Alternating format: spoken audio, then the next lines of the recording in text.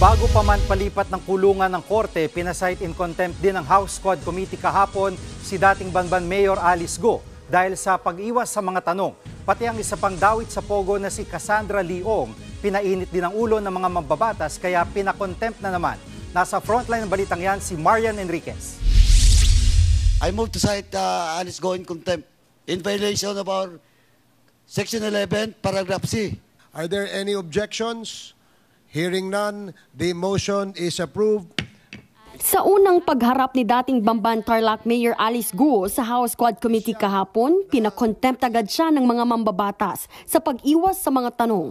Yun nga lang, bukod sa puno na ang detention facility ng Kamara, may commitment order na rin ang Korte sa Pasig para ilagay sa correctional for women doon si Go. Habang nasa pagdinig pa kahapon, humiling din ang executive session ng dating alkalde para isiwalat ang kanyang mga nalalaman. I'm willing to tell the truth, basta paniwalaan nyo lang po ako at huwag nyo lang po isipin na nagsisinungaling po ako. Sasabihin ko naman po lahat ng totoo. Hindi nga lang siya pinagbigyan ng mga kongresista dahil hindi rin daw masasagot ni Go kung sinong dating PNP chief at taga-immigration ang tumulong umano sa kanyang tumakas pa-abroad. Sinong opisyal ng PNP o ng local government ang tumulong magpatakas sa iyo? Your Honor, wala pong local government, wala rin pong PNP. Isang foreigner daw ang tumulong sa dating alkalde.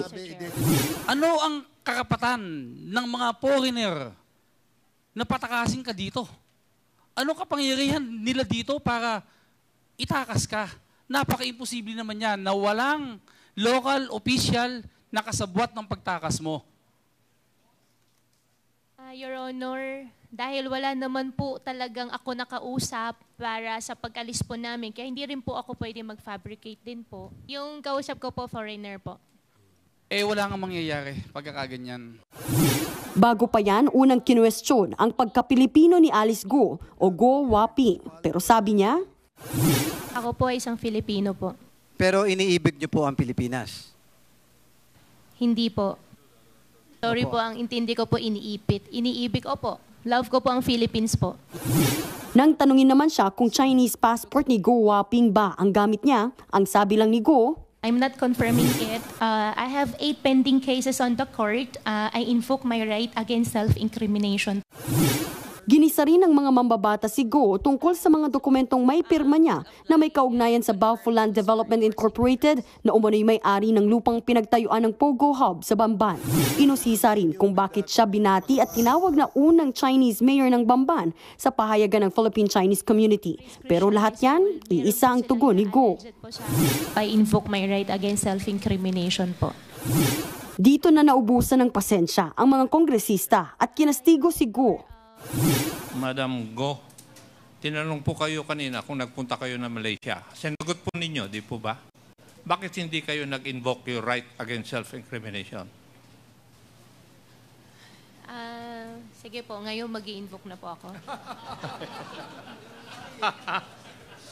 Sorry. Kasi, huwag mo kaming tanga, iha. Niloloko mo na kami. Tama yung sinabi ng aking mga kasamahan.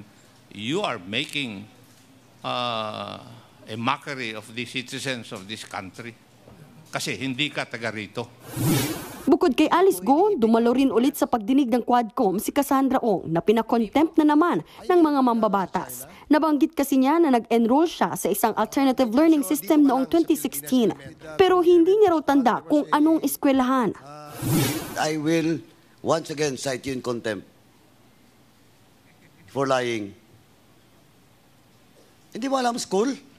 Kasi alam ko na hindi mo sasagutin kasi next question is, papakuha ko yung record mo kaagad-agad. I hope I'm wrong, but her actuations and her actions reflects a complete picture of a pathological liar.